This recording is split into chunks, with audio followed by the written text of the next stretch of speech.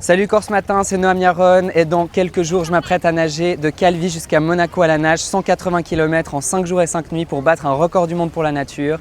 C'est parti! Alors après avoir fait une première tentative l'an dernier de 103 km en 48 heures, on retente cette année pour la simple bonne raison que j'aime pas m'arrêter sur un projet qui a autant de valeur, tant pour moi en termes personnels mais aussi pour la nature qu'on essaye de défendre.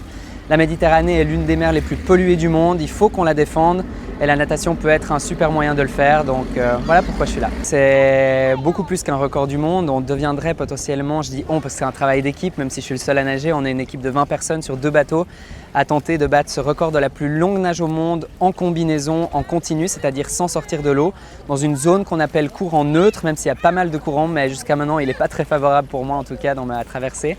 Et donc c'est la traversée en fait qu'on réalise de Calvi jusqu'à Monaco, symboliquement c'est la longueur de la plus grande aire marine protégée de Méditerranée qui s'appelle le sanctuaire Pelagos. Et malheureusement, cette aire marine protégée, à part son nom, elle n'a pas grand-chose de protégé. Et c'est aussi pour ça qu'on est là, pour mettre en lumière ce qu'il y a sous la surface et l'importance de protéger la mer. Plus de 600 tonnes de plastique finissent dans la Méditerranée chaque jour, c'est beaucoup trop.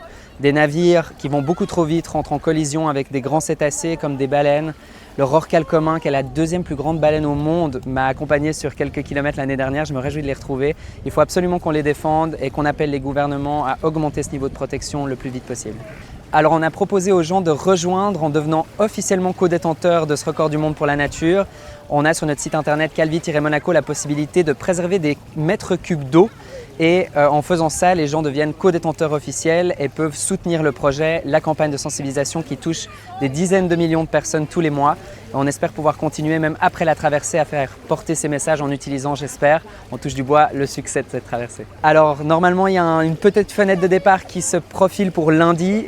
J'espère réussir à le faire en 4 jours, 4 nuits, peut-être un peu moins, qui sait, donc arriver dans la journée de jeudi ou vendredi matin. On verra, c'est l'avenir qui nous le dira. Vous pouvez nous suivre dès maintenant sur les réseaux sociaux et sur notre site calvi-monaco.com.